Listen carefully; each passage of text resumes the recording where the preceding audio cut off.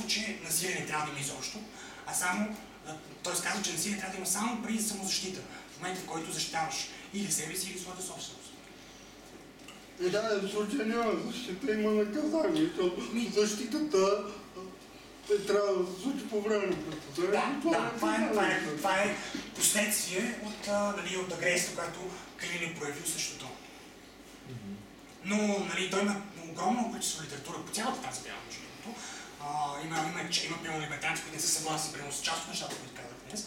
Но ви давам един такъв съвсем общ пример, една съвсем обща рамка за това как се мисли в движението по тези проблеми, по тези въпроси.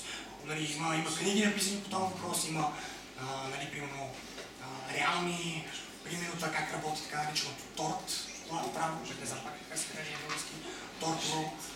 И има много възможности за това как има, между другото, всъщност, примерно Мария Ротбат казва, че това, което ще се получи, е, че ще има един код, един набор, един кодекс от закони, които ще вържат навсякъде. Докато има други, които казват, че няма да има такива универсално приети закони. Има разминавания, има дебати и така. Но това е общата рамка по тази тема. Ако ти имаш да това да познавам. Една добавка, значи има такива модели в Америка за частни затвори. Има корпорации на листване на Уолл Стрит, където цената на акциите им зависи от броя затвореници в техните затвори. Значи, това са частни затвори, за да не не знам този проблем модел. Особено тези. Значи, проблема на частните затвори е, че те са контрактори с държавата. Това са фирми, които работят за държавата и за тях е хубаво, когато държавата и монополиста върху насилието и съда праща колкото може повече затворници. И най-добрият метод е забраната за наркотиците, която вкарва гигантски тълпи от хора в затвора. Тези контрактори, които те са частни, но работят за държавата, гушат пари. Това е. Искаш да кажеш, че те са по-скоро администратори и управляващи тези затвори, колкото собственици. Те са собственици на сградата. Не знам защо. Извинявам се, не знам защо говорите за затворите като за нещо естествено. Затвори има само от 200 години. Преди това имало смърт, членовредителство, глоба. Просто самата идея, един свободен човек, не роб, да го сложиш в клетка, е била толкова чудовищна, толкова патологична, че на хората не им е идвало, че е възможно. Част от дебатите, за които споменах спрямо това, какви са наказанията, че има и част от точно либертариански статии, които говорят точно за това, за затворите, които са неподходящи. Че Мишел Фуко как възниква идеята за затвора въобще. Има и затвори за длъжници и такива неща. Но така или иначе това вече е тема, която е малко бяга от основната теза и е вече за мен повече детайл. Добре, може да се върнем пак към примера. Какво правим, ако Калин отказва да признае всякакъв авторитет, няма си компания, която да го закриля, осигурява неговата сигурност?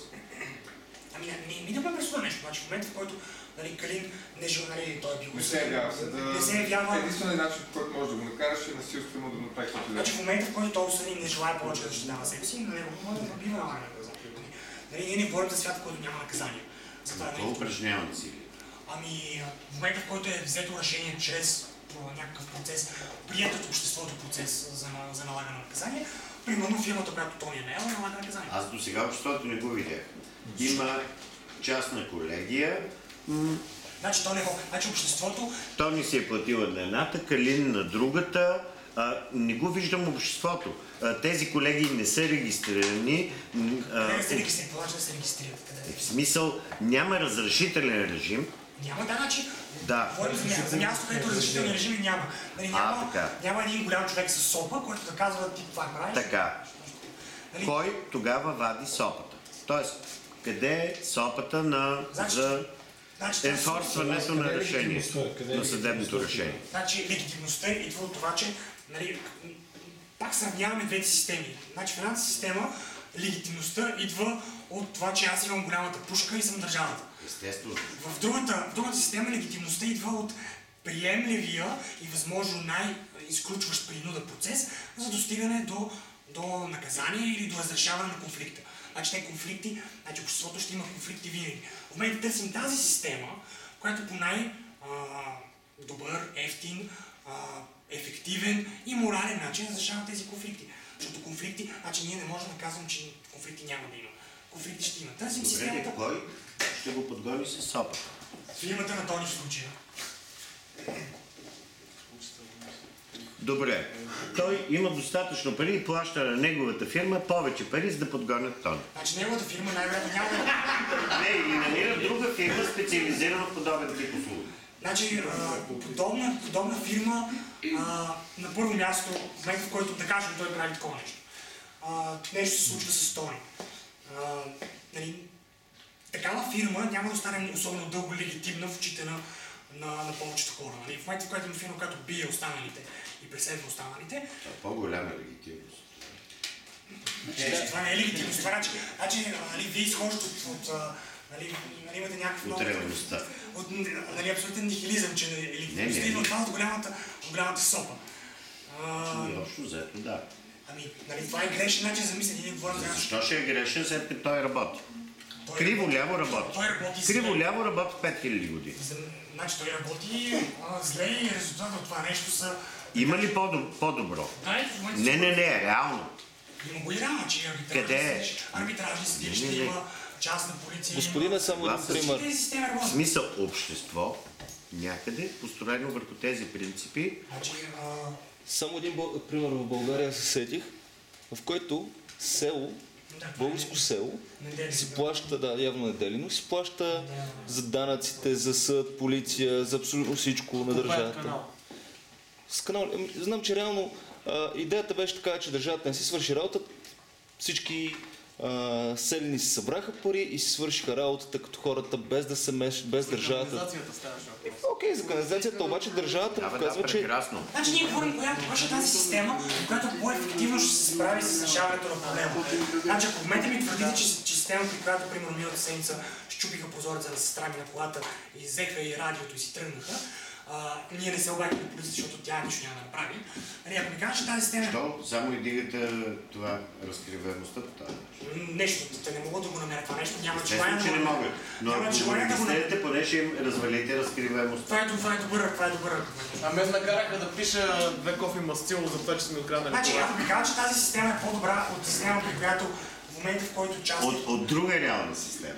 От система, при която частният ти контрактор, ако не ти свърши работата, ти отиваш при следващия. В момента, в който аз обаря на моя частен контрактор и му кажа, ще взеха ми радиото и той нищо не направи, утре съм при следващия, докато не мога да отида при другата полиция. Добре, тая втората система е по-добра. Така ли? А къде е реализирана? Тя, ако е по-добра, няма начин да не е реализирана. Ще дам пример за реализация. Един пример е за застрахователните компании. Да. Обаждат се, откраднаха колата на един познат в Горна баня, той се обади в застрахователната си компания и казаха, да, ние знаем групата в Горна баня. И колата се беше върнала на следващата седмица. Кое реши проблема? Не, много добър пример с това. Значи, така функционира тази система. Те казаха, аз когато се обадя на полицията, те казаха, заети сме, не може да дойдем, седни се занимаваме и пак им се плаща, защото са взели данъци. В момента, в който имаш организация, която каквото и да прави и се плаща, тя ще седи, ще се чопли носа през цялото време или ще се занимава да рекетира. Тук нямате колан, тук имаш ганчичка в джоба, с това ще се занимава. В момента, в който имаш организация, която всъщност работи за прехраната си, тя ще се свърши работата. Ние не сравняваме идеалния имагинерен свят, където всички хора са ангели. Сравняваме две системи, които функционират в един свят пълен с добри и с лоши хора, с хора, които могат да бъдат и добри и лоши. Търсим системата, която максимално максимизира доброто поведение и минимизира лошото поведение.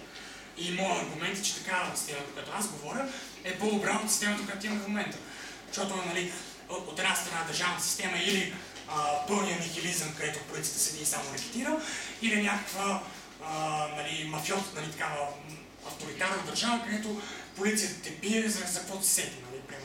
Пример, всички тоталитарни държави и напоследък Америка, където идват, примерно това, че имаш ганджа у вас, идват с бронирана кола с 20 човека с автомати, за да те арестуват. Не, просто сравняваме двете системи. създаваме двете системи. Едната система работи по този начин, другата по други. Ти знаеш ли една билка на колко може да провали обществото? Да, съм сигурен, че пушенето марихуана... Още повече преди 100 години, където се задължително било да се... държавата е задължавала всеки гражданин на САЩ. Айде без задължително само. Ами не си така е било. Държавата е задължавала... Не е нещо хубаво. Антон, ще ми си пише една водичка, моля ти се, защото... Да.